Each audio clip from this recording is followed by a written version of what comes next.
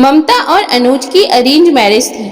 ममता की शादी एक पढ़े लिखे परिवार में हुई थी, जहां सास उर्मिला जी स्कूल में अध्यापिका और ससुर रघुवीर जी एक गवर्नमेंट ऑफिसर थे और पति अनुज भी सीए थे। ममता खुद भी मैनेजर की पोस्ट पर थी।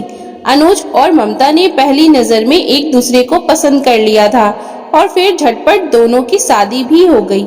शादी को लगभग 1 महीना होने को आया था। अब तक अनुज और ममता हनीमून से भी लौटकर आ चुके थे। ममता ने देखा कि उसके ससुराल में हर चीज बहुत नियम कायदे से होती है। सभी लोग सुबह 6 बजे उठ जाते हैं, भले ही रविवार का दिन ही क्यों ना हो। उर्मिला जी ने पति और बेटे के लिए हमेशा से ऐसे कुछ नियम बना रखे थे जिन्हें दोनों को मानना ही पड़ता था। अब ससुराल में वही सब नियम ममता पर भी लागू कर दिए गए थे। ममता वैसे भी रोज ऑफिस जाती थी, इसलिए रोज उसे जल्दी उठना ही पड़ता था। सिर्फ एक रविवार का दिन ही छुट्टी मिलता था, जिस दिन वो आराम से सो सकती थी। मगर उर्मिला जी के वजह से उसे रविवार को भी सोने नहीं मिलता था। ममता के ससुराल में सभी लोग बहुत तहजीब से पेश आते।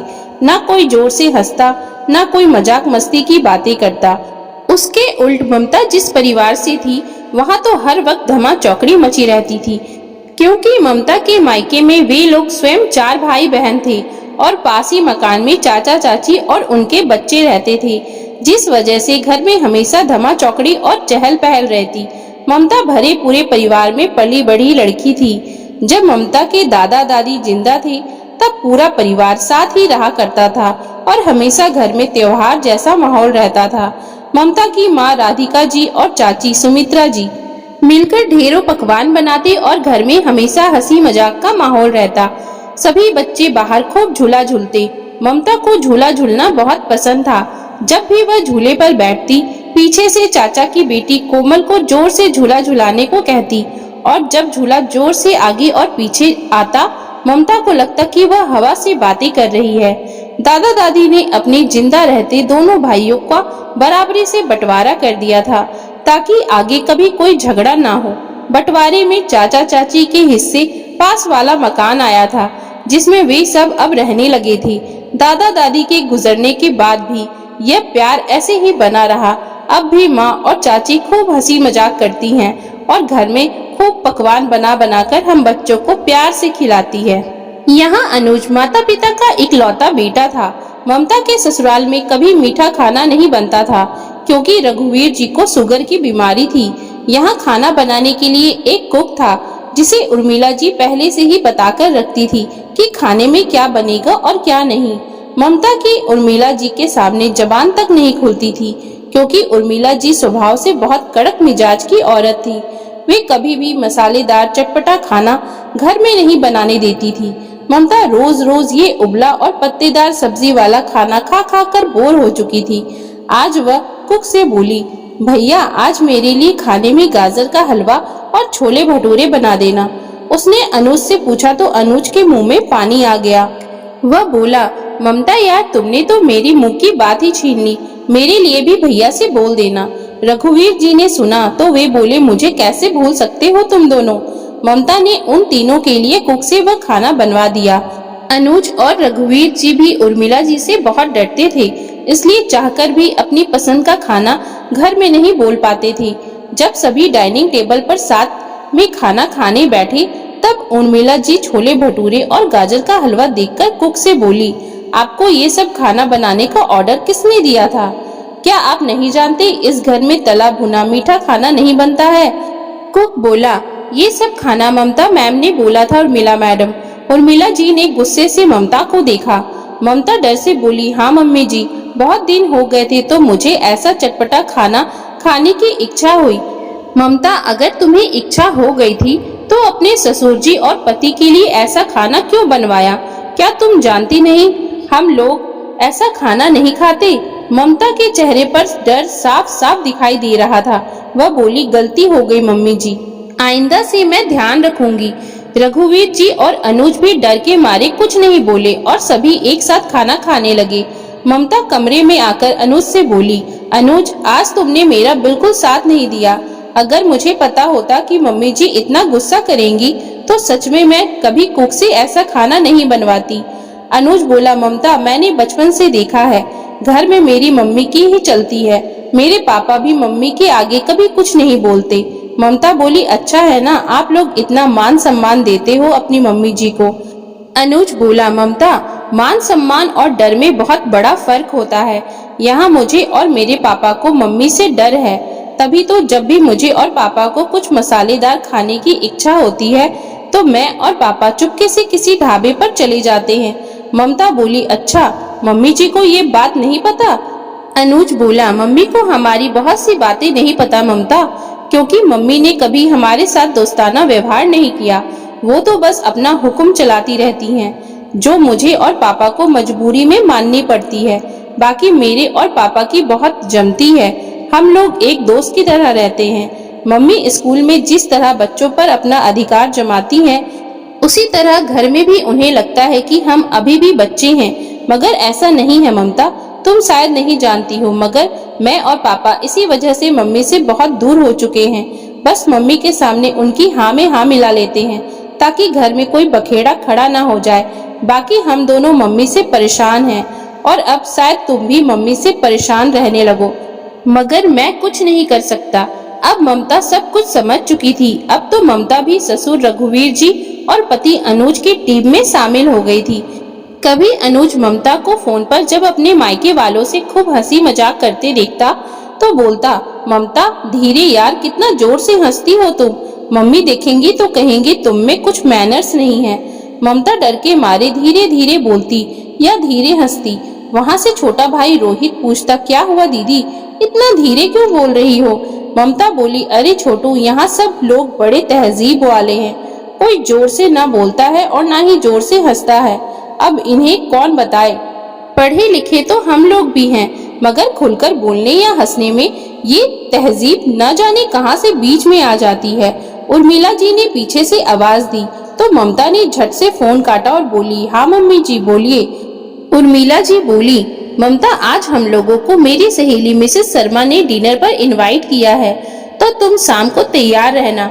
ममता बोली, जी मम्मी जी। शाम को सभी तैयार होकर उर्मिला जी की सहेली के घर पहुँचे। मिसेस शर्मा का घर बहुत बड़ा और सुंदर था। सभी को घर दिखाते दिखाते वह सभी को घर के बरामदे में ले आई, जहां उनकी 6 साल की पोती झूला झूल रही थी। सभी लोग थोड़ी देर बरामदे में बैठे तो ममता झूले में बैठी मिसेस शर्मा की पोती के पास गई और उससे बातें करने लगी। थोड़ी देर बाद उर्मिला जी ने देखा कि ममता उनके पोती के साथ जोरों से झूला झूल रही है। उर्मिला जी ने अगल बगल देखा कि कोई देख तो नहीं रहा।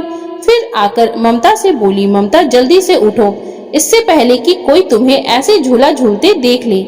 ममता का मन तो नहीं कर रहा था, मगर उर्मिला जी का गुस्से वाला मुंह देखकर वह उठ गई। सभी ने एक साथ डिनर किया और घर लौट आए। घर आकर उर्मिला जी ममता से बोली, ममता तुम ऐसे बच्चों की तरह झूला क्यों झूल रही थी? कोई देखता तो क्या सोचता कि तुम में बिल्कुल भी मैनर्स नहीं है। ममता को आज गुस्सा आ गया और बोली, हाँ मुझ में तहजीब नहीं है मम्मी जी, सब तहजीब तो आप में ही है। मैं भी पढ़ी लिखी हूँ मम्मी जी, मगर आपकी तरह दकियानूसी सोच नहीं है मेरी। जब से आई हूँ इस घर में, ये मत करो वो मत करो, जोर से मत बोलो, जोर से मत हंसो। मम्मी जी मैं एक खुशमिजाज लड़की हूँ, मेरी भी कुछ ख्वाहिशें हैं, मुझे हंसना और बोलना अच्छा लगता है। मुझे झूला झूलना भी बहुत पसंद है, इसलिए झूला देखकर नहीं रोक पाई खुद को। आप शायद अकेलेपन में रही हैं, मगर मैं भरे पूरे परिवार में पली बढ़ी हूँ। मुझे घुटन महसूस होती है जब आप मुझे हमेशा मेरे मन की करने से रोकती हैं। उर्मिला जी भी चुपचाप सुन रही थी, क्योंकि शायद वह आज असली ममता को देख रही थी। अब तक तो उन्होंने ममता को जैसे ढाला वैसे ममता ढलती जा रही थी, मगर ममता आज बोल पाई थी कि वह क्या चाहती है। उर्मिला जी बोली, ममता कभी तुम्हारे ससुर जी और पति ने भी मुझसे इस तरह से बात नहीं की जिस तरह से तुम कल की आई लड़की कर रही हो। दोनों बाप बेटे मेरा कितना सम्मान करते हैं और एक तुम हो जो कुछ भी बोलती हो। तुम्हें अगर इस घर में रहना है तो तुम्हें भी उन दोनों जैसा बनना होगा, तुम्हें मेरे बनाए कायदे के अनुसार ढलना होगा। आज रघुवीर जी और अनुज भी चुप न रह सके। रघुवीर जी बोले, उर्मिला आज तुमने हद ही कर दी है। तुम जिसे अब तक अपना मान सम्मान समझती आई हो, दरअसल वह तुम्हारा डर है, जो हम दोनों बाप बेटे हमेशा तुम्हारे सामने नाटक करते हैं कि हम दोनों तुमसे डरते हैं, मगर सच तो ये है उर्मिला कि हम दोनों तुम जब घर में नहीं रहती हो तो बहुत खुश रहते हैं और अपने मन की बातें करते हैं। एक दूसरे के साथ वह सारी चीजें करते हैं जो हम दोनों करना चाहते हैं। मगर तुम्हें बिल्कुल नहीं पसंद कि कोई घर में खुलकर बात करे। तुमने घर को भी एक जेल बना रखा है जहाँ तुम चाहती हो सब तुम्हारा कहना माने, सब तुम्हारे कहे अनुसार चले। मगर उर्मिला तुम ये सब भूल जाती हो कि सबकी अपनी अपनी इच्छाएं होती है। बहू को आए अभी घर में सिर्फ 2-3 महीने ही हुए हैं, मगर बहू की नजरों में भी तुम्हारा खौफ साफ साफ दिखाई देता है। पीछे से अनुज भी बोला, हाँ मम्मी, पापा और मैं अपनी सारी इच्छाएं आपके पीठ पीछे ही पूरा कर लेते हैं और आपके सामने हम चुप रहते हैं। मगर आज ममता ने जो भी कहा है बिल्कुल सच कहा है। हम दोनों तो कभी आपको जवाब नहीं दे पाए, मगर ममता जैसी है उसे वैसे ही रहने दीजिए मम्मी। भला हम कौन होते हैं किसी को बदलने वाले। हमारा अधिकार सिर्फ अपने आप पर होता है, दूसरों पर नहीं। ये बात आपको समझनी होगी मम्मी। मम्मी शायद आप ये बात नहीं जानती होंगी। बचपन में जब मैं सबकी माँ को अपने बच्चों से लाड लड़ाते देखता था, मुझे आपके होते हुए भी आपकी कमी बहुत खलती थी, क्योंकि जैसा प्यार एक माँ उसके बच्चे से करती है वैसा प्यार मुझे कभी आपसे नहीं मिल पाया था। आप तो बस हमेशा डांट फटकार करती थी, हमेशा अनुशासन में ही रखती थी। कभी आपने मुझे मेरा मनपसंद खाना खाने नहीं दिया, मगर फिर पापा ने आगे बढ़कर मुझे ऐसा थामा कि पापा में ही मैं अपनी माँ को ढूंढने लगा। मम्मी, मैं जानता हूँ आज इतने सालों बाद ये सब आपके लिए सुनना बहुत असहज होगा, मगर अब मैं नहीं चाहता कि मेरी जैसी हालत मेरी पत्नी ममता की भी हो। उर्मिला जी आज पति और बेटे के मुंह से ऐसी बातें सुनकर अपने आप को बहुत लाचार महसूस कर रही थी। इतने सालों में उन्हें कभी पता ही नहीं चला कि वे सबको अपने इशारों पर नचाना जानती हैं। बस कभी किसी की भावनाओं को समझने की कोशिश नहीं करती हैं, बस उन पर अपनी इच्छाएं थोपती रहती हैं। आज वह देख पा रही थी कि किस तरह उनकी वजह से अनुज, रघुवीर जी और ममता उनसे बगावत पर उतर आए थे। उर्मिला जी ने पति और बेटे पर बस धाक जमानी चाहिए, बल्कि उसके बदले उन्हें प्यार दिया होता तो आज ये दिन न देखना पड़ता। आज उर्मिला जी को अपनी गलती का एहसास हो रहा था। सबसे पहले उन्होंने अपने पति और अपने बेटे से माफी मांगी और बोली, मुझे माफ कर दो। इतने सालों से मैं तुम दोनों की दोस्त नहीं बन पाई, बल्कि आज ममता ने मेरी आंखें खोल दी है। उर्मिला जी ने ममता से भी माफी मांगी और बोली, मैं सचमुच ये भूल गई थी कि तुम्हारी भी कुछ इच्छाएं होंगी। मैं खुद जैसी हूँ, शायद तुम्हें भी वही बनाने की कोशिश करने लगी थी। ममता अब अपने ससुराल को अपने प्यार और मोहब्बत से अपने रंग में ढाल चुकी है। यहाँ भी अब सभी खूब हंसी ठिठोली करते हैं और खुलकर जीते हैं। खुलकर जीना क्या होता है ये उर्मिला जी को ममता ने सिखाया था। दोस्तों, ये जिंदगी बहुत खूबसूरत है, इसे खुलकर जीना चाहिए, ना कि ज्यादा नियम और कायदों में बांधकर अपनी इच्छाएं मारनी चाहिए। हमें अपने काम को करने के साथ साथ हंसना खेलना भी चाहिए। जिंदगी में अपनों के साथ में हर पल का आनंद उठाना चाहिए। न जाने कब जिंदगी हमारा साथ छोड़ दे, ये कोई भी नहीं जानता। तो दोस्तों, अगर आपको हमारी आज की ये कहानी अच्छी लगी हो तो कृपया आप हमारे चैनल को लाइक, शेयर और सब्सक्राइब जरूर कर लें, जिससे हम आपके लिए और भी अच्छी अच्छी कहानियां लाते रहें। Thank you for watching.